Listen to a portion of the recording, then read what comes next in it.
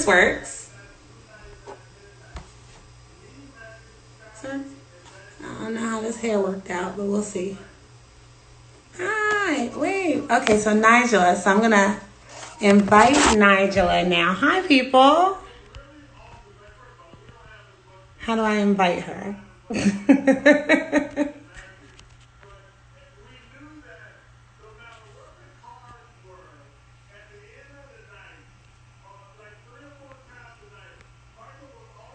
So inviting. Hey, everybody. So we're getting this thing going. She is waiting for Nijla. There she is. Hi. How are you? Good. How are you? Looking good. Yes. Watch party.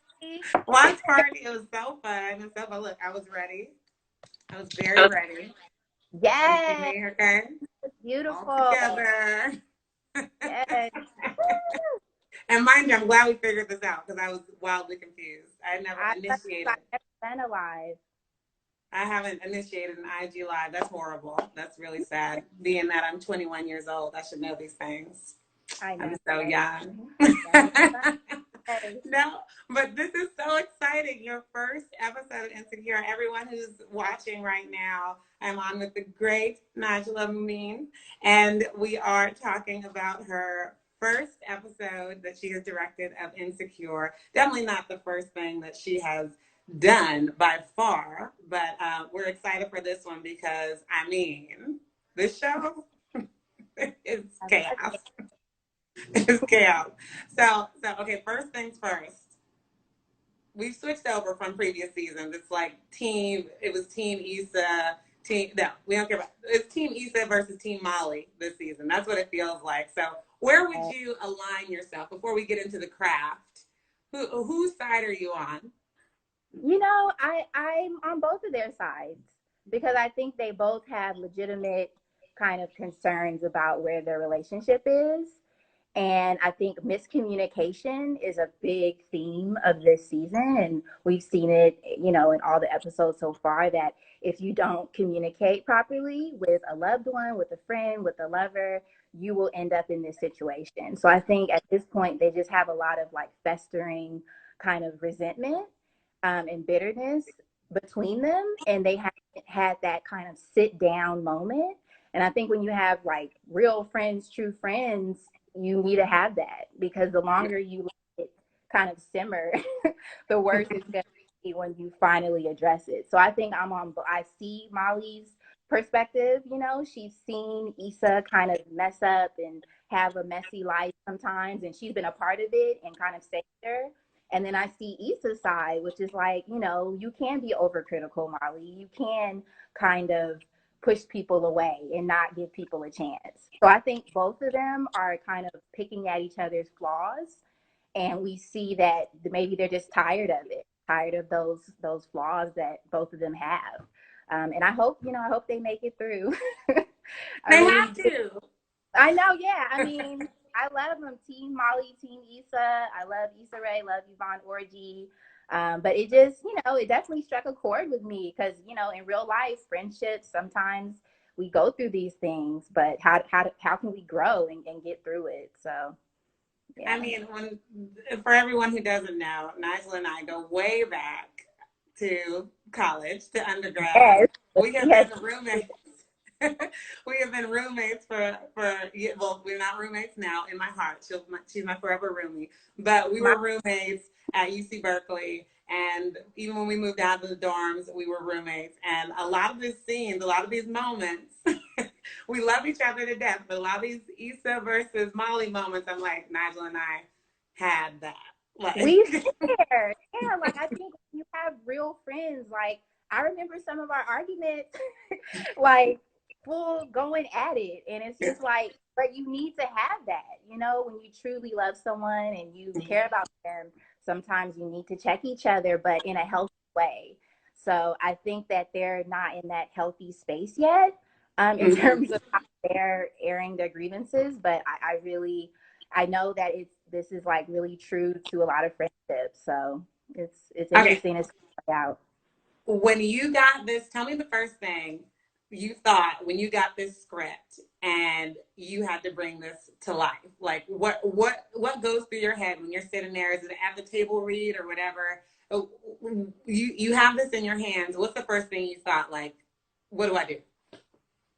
Yeah, well, the first time I read the script is kind of like moments of discovery because I'm basically discovering the story that I was not a part of writing. So I'm really kind of envisioning what it could look like and how I can put my particular stamp on it or bring my voice to it as a director. So it's great with working in TV directing because a lot of times you get to read the scripts that come before yours.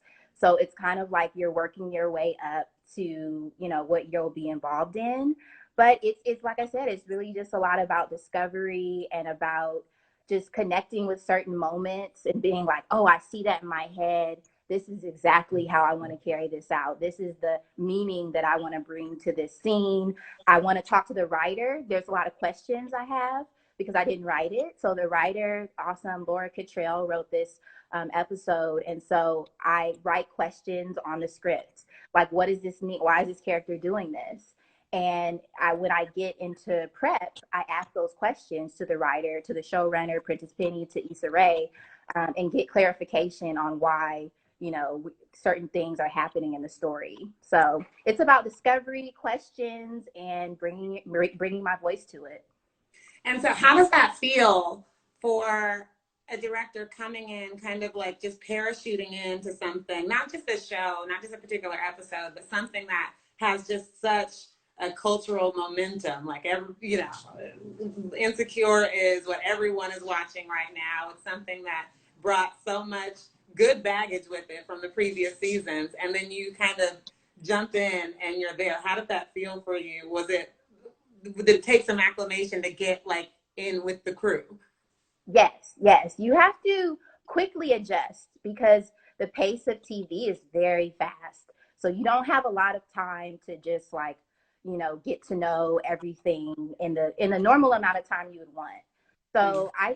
So what I do because I love the show and I've watched it before and I know the characters and I kind of know the themes. I took that knowledge and that love of it and I bring that with me when I come for my official prep period. And like I said, it's not very long, and it's nerve wracking because you're a new person coming into an established world that you're basically fulfilling the vision that's already been out, and so you have to be respectful of the vision, but at the same time bring your voice and be confident in what you have to say as a director. So it's like a dance. It's like a fine Mm-hmm. line. Like I want to be respectful and I want to carry out these writers their vision, but I also want to have my kind of art and my like choices as a director shine through the material. So it's a dance and it's difficult sometimes because I come from the world of independent film where I have a lot of say so, like I'm the boss of myself. But when you go into TV, the writers, they control the environment, so you're answering to them and you're also just trying to make a relationship where you can bounce ideas and really just have a reciprocal kind of connection with them. So does Issa Rae break? Like, cause you see those moments where she's in the mirror and she's saying just the darndest things, and and you imagine that has to take I don't know how many takes to get that. So what was that like for you? I mean, Issa is ready. Like she is so like I loved working with her because her comedic timing and just her grasp of like grounded humor is so ripe and fresh that it's just like it's fun to do those scenes and to play with humor. And she comes with like ideas, sometimes things that weren't written in the script. We just kind of like came up with it there, and I just think that's beautiful. And for me, coming from a more drama film background where I usually work in drama, so this is my first time directing a comedy. And I was just like, this is so interesting, this idea of pacing and timing. things have to kind of, you know, move faster than you would in a dramatic film or a TV show. So I love working with Issa, and it was a lot of fun to do the montage, the mirror Issa, like all of that was like so much fun. I mean, did she break though? Like, did she start cracking up SNL style, like Saturday Night Live? Like, okay, wait, take, I need to do this again. No, there's definitely a lot like me, her, crew members will start laughing, like because it's just so funny. Like it's we'll yell cut. Everyone will like start laughing That's and it. just busting up because it's so funny. Like sometimes you're watching, I'm watching the monitor and I'm like laughing, like, and I'm keeping it in because it's just hilarious. That montage when she's calling the different people trying to save that block party, like I was just in stitches, like the whole crew, and it's just so funny. But it makes the energy of just fun and happiness. So I loved it. Oh my god! She was like, oh, he got shot. Did his phone get shot? He was like, Like, "Oh, you got who wrote this? saved." She's like, "Oh, you got saved." She's like, "No, thank you." Sunday, I'm, no. I'm, I'm busy Sunday. I'm busy Sunday. It's, Horrible, horrible. yeah, it's just I love it. So I really enjoy playing in the comedic space. I'm really grateful that they gave me the opportunity to get a script that had a lot of funny moments. Like it was just really interesting and But fascinating. you saw the drama too, because there was a lot of moments there where that ending scene where, well, not the very last one, but when they're on the phone and Molly's kind of saying like, "Look, I'm not about to mess up my boo situation for one of your extra problems," and you see that tension between them. And take me through, I guess, what was the most challenging scene for you, because you saw so many different elements. You saw them inside, bright and happy at Tiffany's, for the baby, and you saw them, of course, in Issa's apartment, in Molly's space, at the law office. Like, what was the most difficult for you to kind of get behind? I think though there's a difference. There's difficulty in terms of like directing performance Yeah, wise, and yeah, difficulty in just production element. yeah, The most difficult scene was that scene with the cars. They're like they're like in a parking battle, and it's kind of like bumper cars. yeah, That scene, it just involved a lot. We had to storyboard. We had stunt drivers. We had a person who had to help choreograph the stunt drivers. We had all the crew had to really be on the same page about every single shot and movement because we were shooting on location and we yeah, had to get it before the sun goes down. So it was just a lot. You have cars, you have a tow rig, and it was so many different shots and perspectives we want to get, shooting from the window, outside the window, like all of these different things. So the DP and I, awesome DP, Michelle Lawler, we really spent a lot of time making sure that car scene could represent where Molly and Issa are in their friendship. They're not in a good place. Every time they say something to each other out of the car, it's misinterpreted. So you can see that car battle is reflective of their friendship. And then the scene that I really wanted to hit home most performance wise was when Molly tells her that she's not going to help her. She's not going to ask Andrew to do the favor because I wanted Issa's response to be just kind of like silent. Like, you don't expect a friend's response like that. I don't think they've ever had an interaction like that where Molly's just like, no, I'm not helping you, and I want to protect my relationship from you.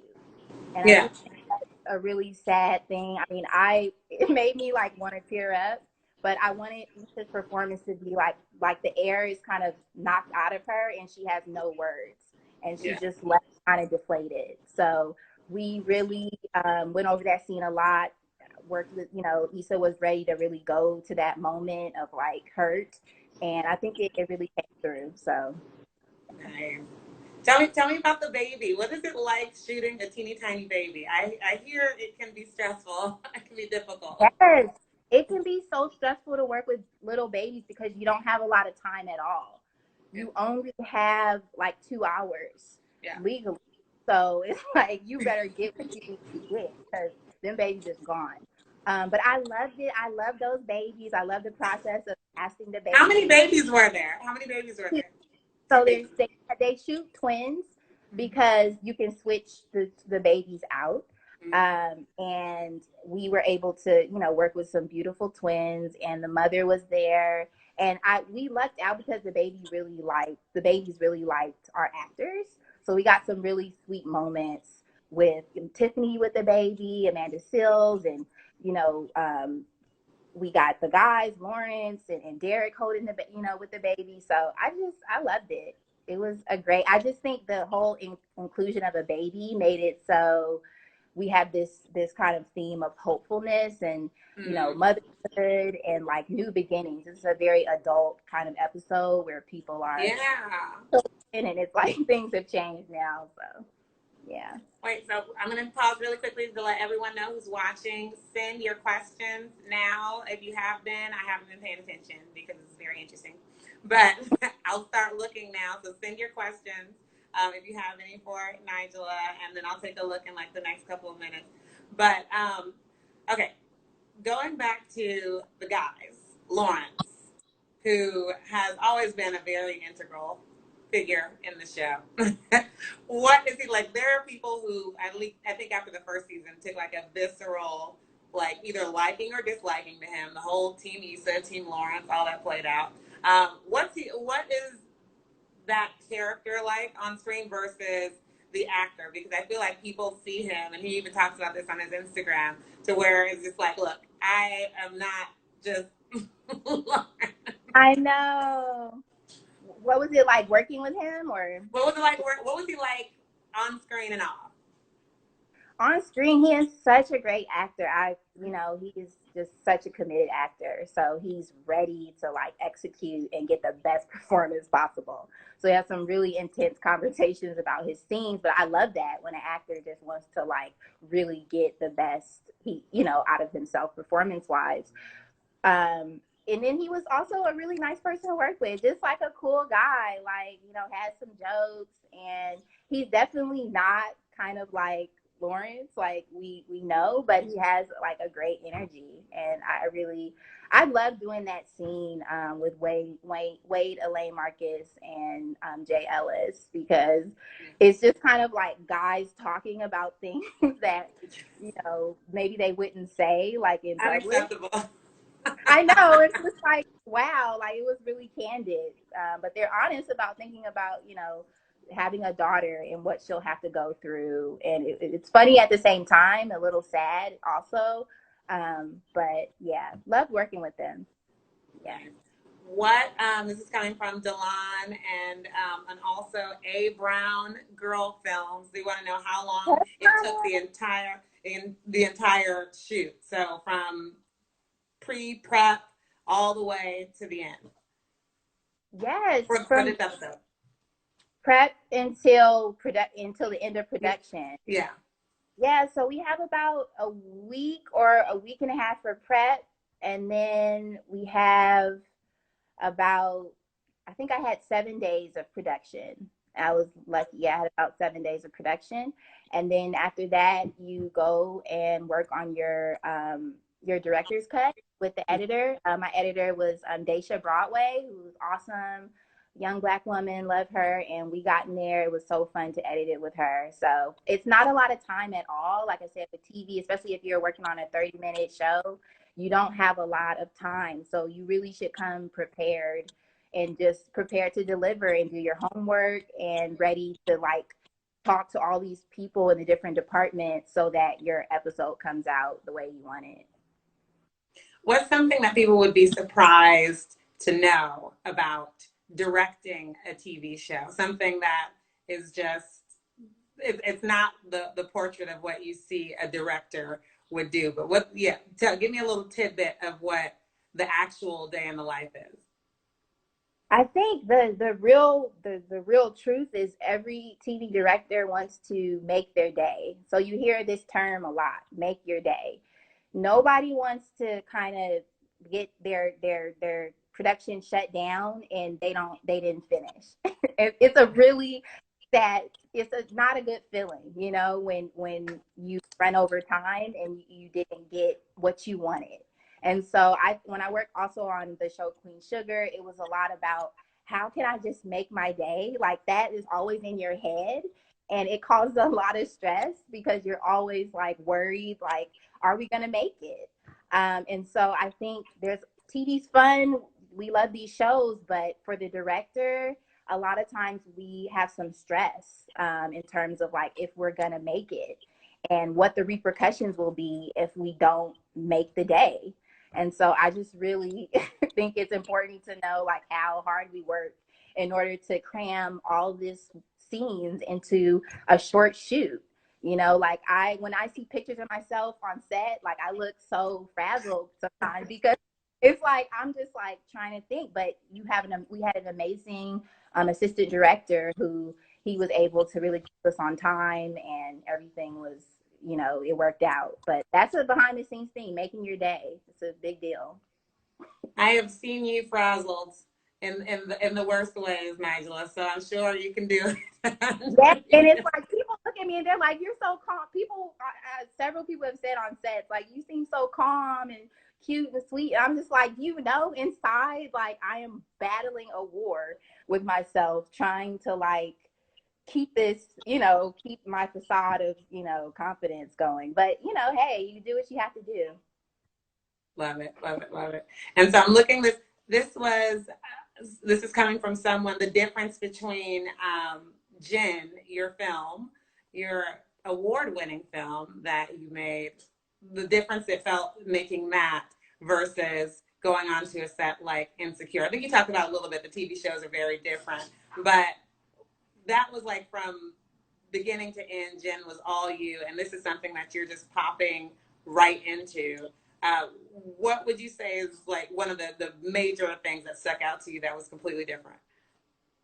Yeah, it's like I said, it's kind of the freedom aspect. On Jen, I had total freedom because it was a total independent film. And even the people, even the financiers on Jen didn't have creative input. That was something that was really important to me. I wanted to keep all creative control of Jen and make it my vision completely. And that's what I did. So when you go on to a TV show, it's the showrunner's vision, it's the writer's vision, and you're there to serve their vision. And that's really what it is. But what I love is I've had the opportunity to work on shows that I genuinely love. I love Queen Sugar. I love Insecure. So I don't have an issue with fulfilling their vision because it's something that aligns with what I want to do as a director. So you go on TV, you really have to work with the writers because they have more control than a director has. And so they will give you notes.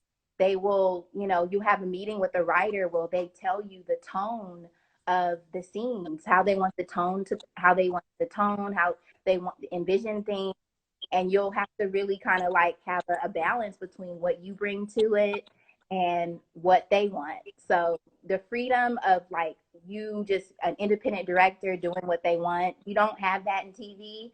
But at the same time, I love about TV is that there's more money too. So you can do what you want. You can have a steady cam, a jib art, like all these expensive film equipment. You can have that. Like on an indie film where you don't have any money, you're struggling. But in TV, you want to do it on a show, on an HBO show, they will make it happen as long as it's, you know, within the frame of the story. So I love it. I love being able to play in that space of opportunity. You know, that helps me when I go back to my own films. So Speaking of all the things that you can do on an HBO set, I wanted to know about the craft services for Insecure. Do they have soul food? Like, like what that was kind one of that was one of the best craft services I have ever had in my what you shout have? out to Insecure to everybody. That food was so good. So they rotate, they have days where it's like Mexican food day, barbecue day, Thai food day, and they have a truck that just specializes in desserts. They bring like they put food out. We had one day we just had empanadas on set, just anything, churros. I'm like, it was. I know I gained like a lot of pounds on that because I was eating so good. Like, let me tell you, like that was the best craft services I have ever had, and I love to eat. So I was like, We can tell. We can tell, Nigel. you know, I love food. So I was like, this is just amazing. And it's just stress eating, you know, they got snacks. The snack table is like lit, man. So, You better not have brought no Tupperware up onto the Insecure set. Just I know. Oh, one day I did take a plate home though. I ate that for dinner. I was like, shit, hey, but that was during. somebody asked, did you design, who asked this? I'm not sure. Oh, Brown Girl Films, again, with a good question. Did you design your shot list? Were you able to design your shot list?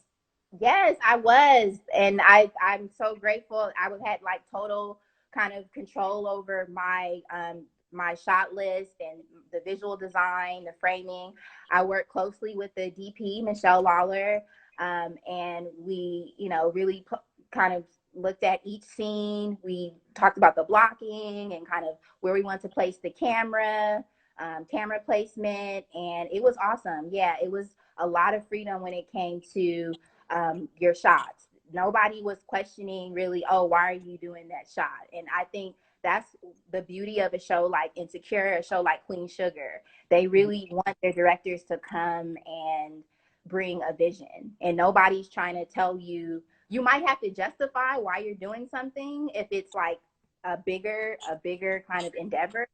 But like they want you to like come and bring like ideas. So I had total control over all the shots that were in the episode.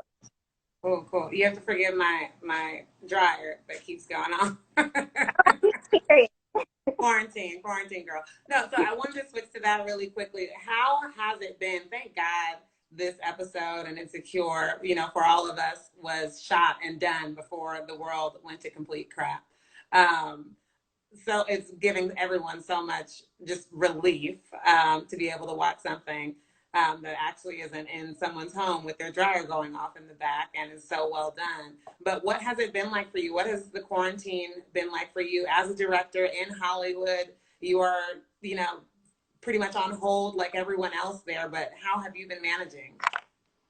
Yeah, I mean, I just it's a lot of uncertainty, like so many other people who don't know when they're going to be able to go back to work, especially in terms of production, because there's film sets are just about getting large groups of people together, and people tend to get sick on film sets because you're working your body like night and day. I've gotten really sick on film sets, so I think there's just a lot of uncertainty and worry about how to protect people and protect our lives when we finally go back. But I've been writing. I mean, right now is a time for writing and development. So anything, pitching, potential ideas, working in a writer's room. I'm currently writing for a show that I'm really hoping, gets greenlit, and it's going to be really cool, set in the Bay Area. So I'm writing that Hey. show. Yes, shout out to Fine Spotting crew. And so I'm writing that, and then I'm also just working on my next feature film. We're working on casting, getting another actor cast, and then hopefully just move to get that film greenlit. But that's a love story set in the Bay Area, so really exciting. But like I said, Every time. it's a lot of it's a lot of uncertainty. I really don't know. I was supposed to go direct another show for a show called Swagger that I wrote for. It was on Apple. Kevin Durant is the EP of it. I was set to go direct that, but coronavirus happened, and so everything had to be shut down. So we're just waiting to see. Like, we don't know when production is going to resume, but when I can be creative, I am, but it's hard sometimes. Sometimes I just don't like doing anything. So Yeah. Yeah. Yeah. And what is, for the people who are coming from the East Coast, like what is it looking like in LA right now? Just, you're on the front lines.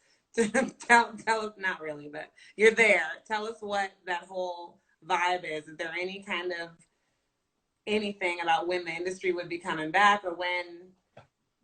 Yeah, there's different projections. I mean, I've heard that it could come back in like late summer, so like July, August, but then I've heard from others that that's way too hopeful and that the fall or 2021, late fall 2021 is more is more ideal.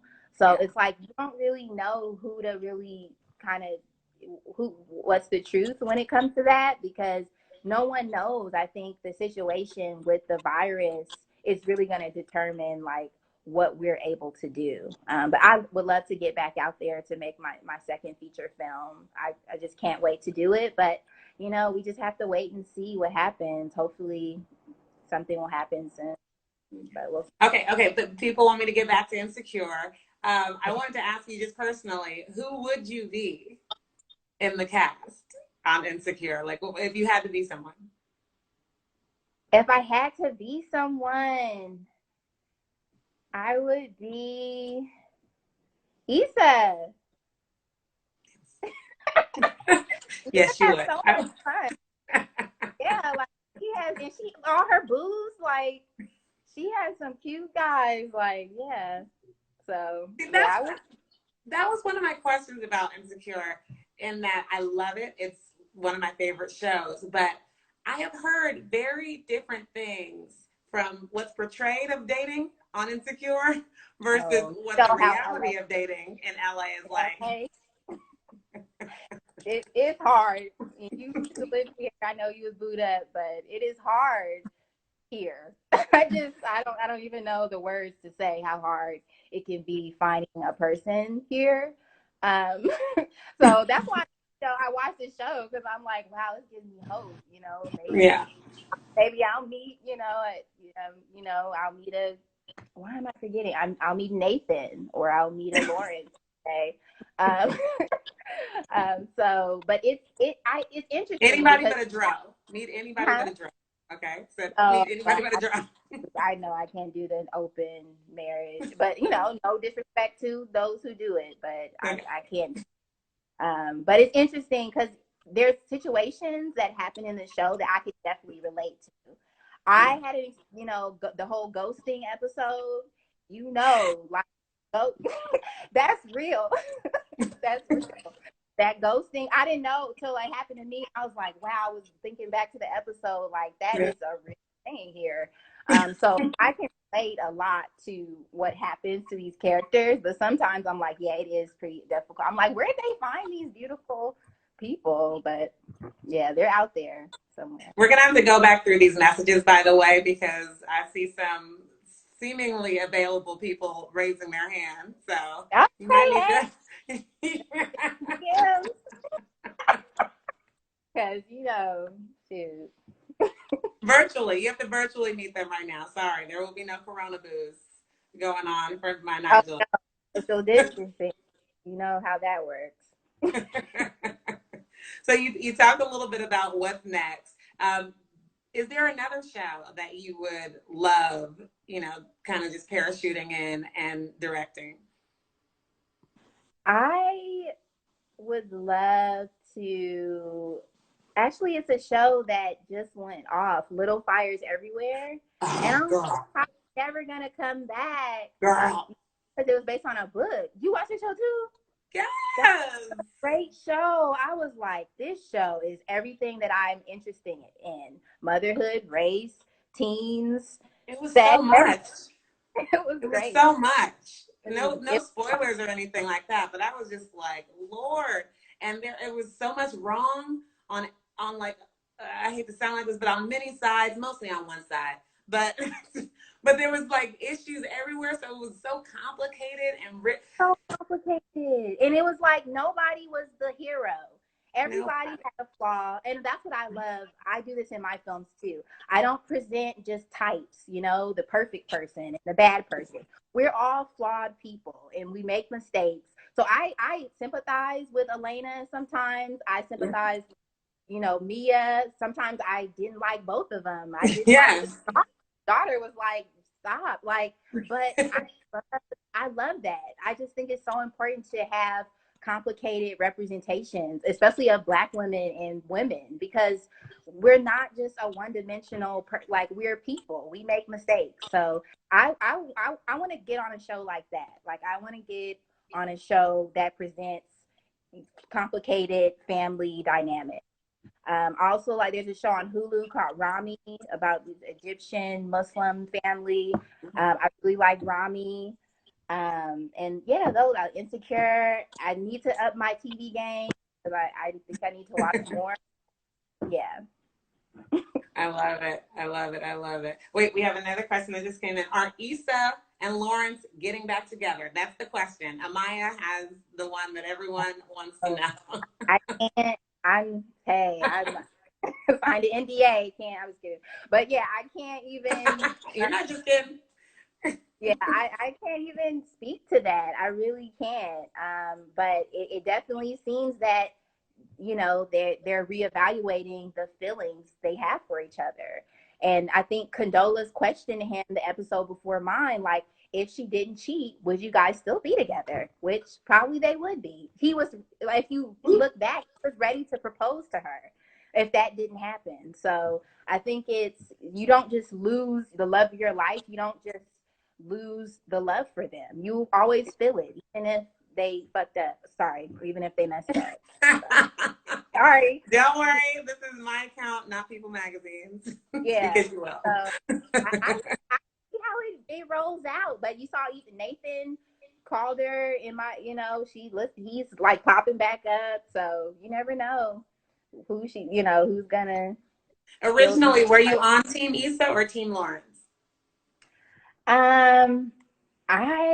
Wow, this is a great question because I see both sides. But I also see for Issa, like, how that happened. I can see how her not speaking up and saying, hey, I just want to break up with you because I'm not satisfied, like, led her to Daniel. And it's messed up, but and also think that Lawrence kind of took Issa for granted a long time and was not really trying to be a like supportive boyfriend in a lot of ways until it was too late. So I feel bad for him, but I do understand Issa's struggle. But I don't condone anyone cheating on anyone. But it's just it's like I said, it's that complicated messiness that I think that the show does really well, and a lot of shows do well. And we talked about this at the start of the IGLive that someone just asked again because they late, tardy to the party, but they wanted to know, what about Team Issa versus Team Molly, because that's really the big issue this season. Yeah, like I said, I'm on both of their teams because I can see how they both have really valid kind of concerns with each other that needs to be addressed by both people. I think, like I said, Molly is tired of being kind of like pulled into Issa's shenanigans and the messiness. Like, they're getting older. It's like time to move on and kind of like chill out. She's tired of it. And then for Issa, she's tired of Molly being so critical and being like judgmental and just being mean, and it's just like, stop doing that. And so I see both sides, and I'm like, man, you guys just need to have a powwow and just a heart to heart, and just, and I even think back some of our arguments we had, Janine. It's like sometimes we was like yelling at each other in the car. Yeah. Like, I'm like having like some real big arguments with you. But now in a space, when you left those crumbs in the toaster oven, and I told you we were gonna get them out. That food out, and then we got that mouse. Yes. We were living in North Oakland in this little house, and it was really rough. But you go through it, you become closer as friends when you can have those fights, and you can just move on, like, and just be honest with each other. So I just think that I hope they get to that point. I really do, because it would be sad if they don't. Well, you already told everyone that you would be Issa. I would definitely be Molly, and we played out this we played out this scenario in our lives already. So Molly. Yeah, Molly is a really interesting character. I love, the scenes with her family where you can see like her family dynamic and everything. It's really interesting. I love it. And then we have one coming from Insane in the Giz Lane. Hi, whoever that is. Which of the shots in tonight's episode was the most challenging or fun to shoot and frame? So I think you had said already it was the parking, the parallel parking shot. Yeah, it was the most difficult or The most difficult or the most fun to shoot? Oh, okay. Yeah. Well, what was fun was the montage of Issa calling up people Oh and yeah. it was so fun. All the mirror stuff was super fun. It was fun, there's special effects that are involved in that, so you have to shoot it a certain way. It was so fun. The parking stuff was fun, but it was also stressful because, like I said, there was a lot of moving parts involved in trying to pull that off. And we were in Hancock Park, and there was like all these people out. It was just a lot. So, so But those are the ones. also, but also, you are a horrible parker, Nigel. So I was like, how is she directing this scene? Because she can't parallel park to save her life. But I got good. No, once I moved to Oh, LA, I got good. I know in okay. the Bay Area days, people used to laugh. I know you and Autumn used to be like, "What is going on?" But You would literally come home and ask me to come down and park your car for you in I front of the know I house. was struggling on my driver's test in high school. That was not the part that I excelled on, but I still passed, and so that's You why. passed. Hey, I have a car. So I yeah, that was fun. But also, I love the scene with the women in the law firm. That was really fun. Just a late night girls' time in the law firm. I just thought that was fun. The taco truck, always wanted to do a taco truck scene. So I just had a lot of fun because I love that we had some great locations. Oh, also the restaurant scene with Molly and Andrew. What And restaurant was that? that was called Charcoal on Washington and Venice, and it was such a great just the interior, these wood lined kind of things. The lighting was so like seductive. We just found it because our original location we couldn't do it there. So Nice. yeah. Nice. Wait, we got one coming in. It's Sashin Productions. How much influence does HBO have on these episodes? So is it like, Issa writes it, you have the writers and all this stuff, and HBO is like, actually, we're paying for this, so, or how does it work? Yes, well, yeah, it's HBO, so they have a lot, but I was grateful and lucky that I didn't have any like HBO person coming down on me saying no, telling me what to do. I know that the higher up people, the EPs and the producers, they deal with HBO, but I didn't really have any type of like, kind of direct dealing with them, except, in terms of getting paid and meeting certain people who come to the set. They might, they thank you HBO. So, but in terms of like them regulating things on me or pushing things, like I didn't have that. So I thought that was awesome. But they do definitely have power in the episode, and when it goes up the chain in terms of the editing. Once it goes beyond me, I don't have any power. Like once the director does their director's cut, it's now up to the showrunner, the executive producer, HBO to do what they want to the episode. So they have a lot of Wow. power. Yes, and I'm so glad that my episode was basically what I did when I was in the director's cut. So I'm so happy about that. But you don't have you don't have a lot of power as a director. You just hope that things work out, do your best. But yeah, HBO, they run the show. So Wow. So that's kind of like getting an A on the test. Like you submit something and it comes back with like no check marks. yeah, it's Yeah. like, I didn't know. I was, you get scared because you're like, wow, like what if they cut out a whole scene or something got axed? I don't know. So I'm really, happy that the episode came out pretty much how how we shot it. And so tell me, behind it's done. The episode is done. You've done filming, all that. How did you celebrate? What was the party like after? Because I've heard Insecure celebrates their shows. They celebrate their season. So give us the fun after the dust settled. Yes, that rap party. Yes. The rap party is so fun. It was just the night of our lives. Not of my life, but it was one of the best like parties I've been to in Hollywood. And everyone's there. Cast, the crew is there. There's just the best. The food was so good. Desserts, any drink you want.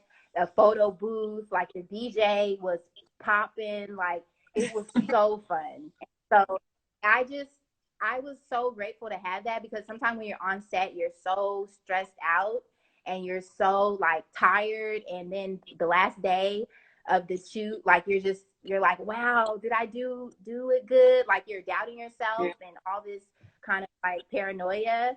But when the rap party came, like I was so happy to just have fun and just dance, and talk to people outside of work who you worked with and say thank you, thank them again for all they did.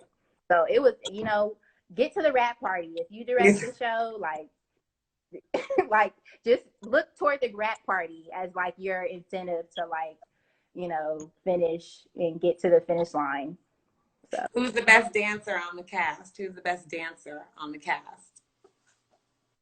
Yvonne Orji, she was getting down. Molly. She was, yes, Molly. Yeah, she at the party, like she was just having a good time. So it was really cool. God, my phone. Okay, I'm taking a couple more. Were there any? Well, it sounds like someone asked. Hey, Malcolm asked, were there any shots that you wanted to get but couldn't because of time? Hey Malcolm, were there any shots that you wanted to get but couldn't because of time?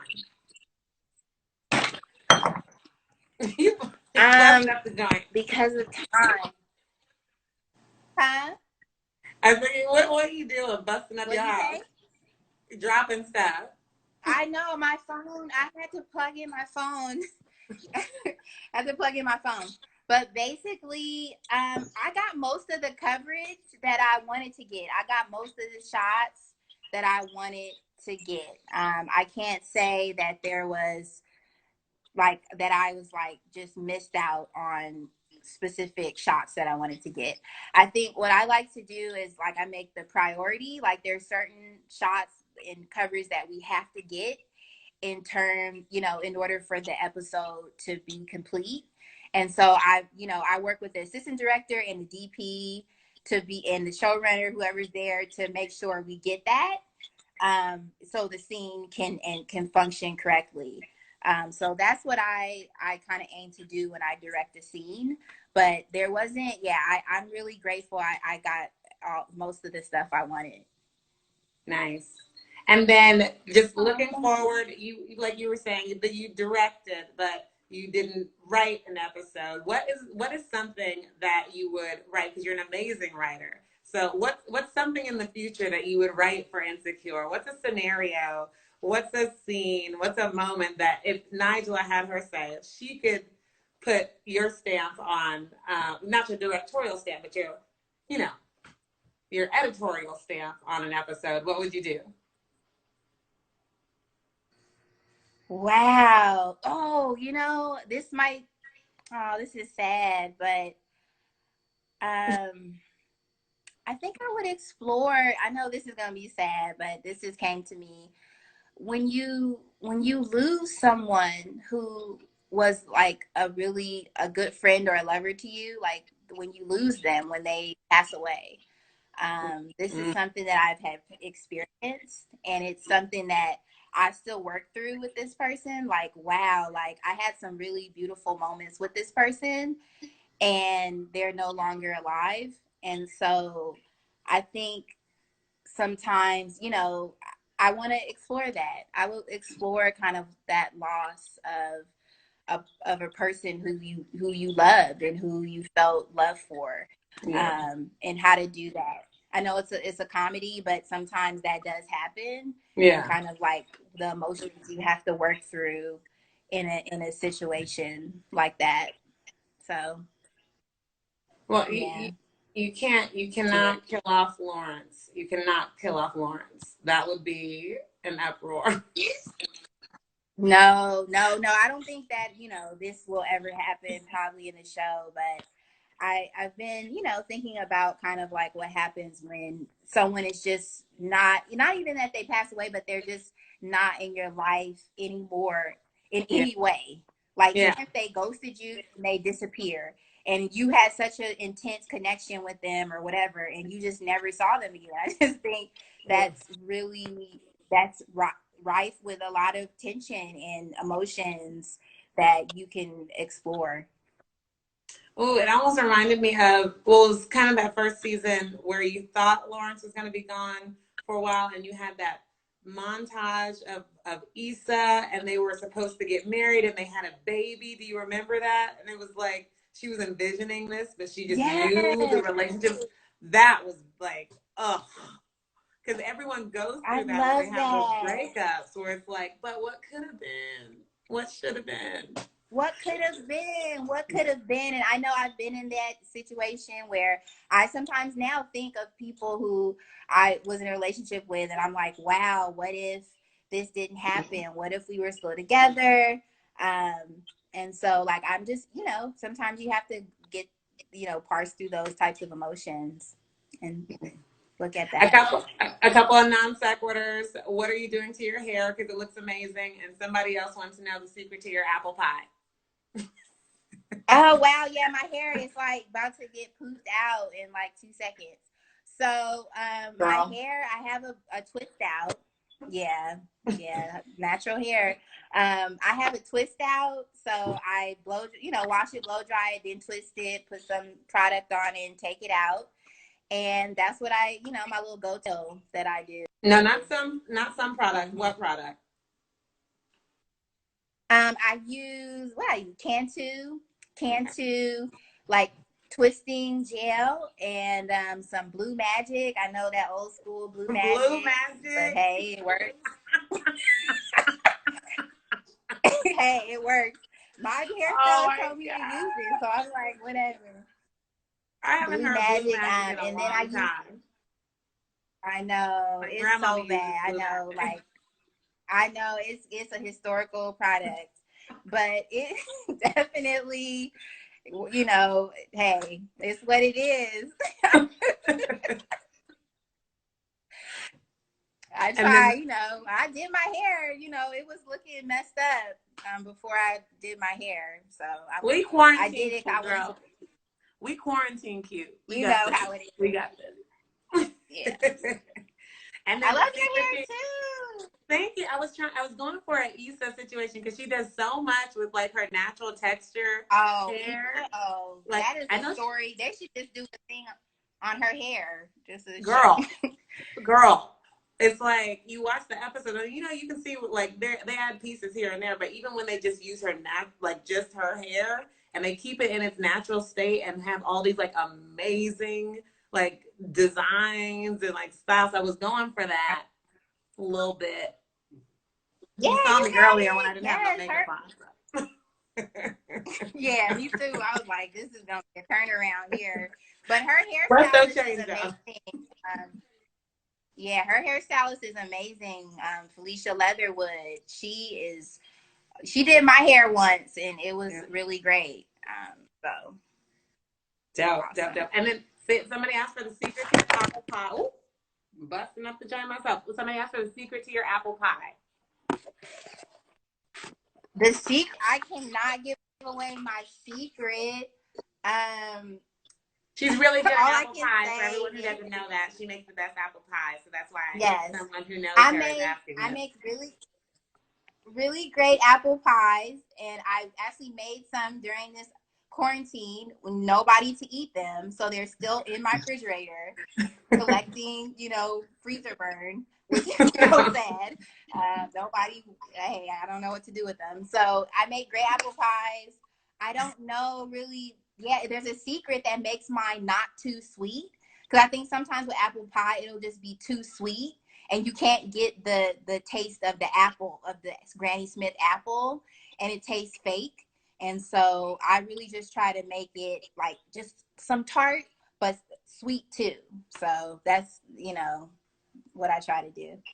Oh, you're sweeter than you are tart. But what I'm gonna say is, thank you so much, Nijla. We're gonna wrap this up. Um, what I didn't say was all the people on here just showing you love, telling you how beautiful you are, how dope the episode was, how proud of you they are. Go Berkeley, go Bay Area, go Richmond. There was just Bay so much Area. love. Yes, so much love coming through, and I love you so much. I'm so proud of you. The fact that I get to sit here and interview my roomie about just her blowing up and doing the biggest things is so exciting, and it's such a blessing. So thank you so much for just being you, and cannot wait for all of the next things that you have coming, especially the next feature film. So everyone, just prepare yourselves. Once we're out of this, you will have something major to go and see with Nijla's name all over it. It is going to be dope. Yes, this is about to be epic. This next film, like, yes, be prepared for your emotions to be affected. Yes. I love it. In the best But way. I love you, Janine, so much. Thank you so much for doing this. Like, I just couldn't think of the you know, you're the perfect person to do this. You know me. Damn. And I really think I really enjoyed this conversation. It's one of the best interviews I've ever done. And I'm such a fan of your writing. People Magazine, your singing. Like, thank you so much, girl, for doing this. I love you. Okay, bye everybody. Have a good night. Have a good weekend. Yes, and watch we'll the next episode next week. Yes. Watch the next episode. All right. Love you. Yes. It goes bye, down. guys. Love you. Bye. I kept this thing off. Wait, how do we get out? I know, right? We just press the we just look young. Hold on. Where is it? Okay, there we go.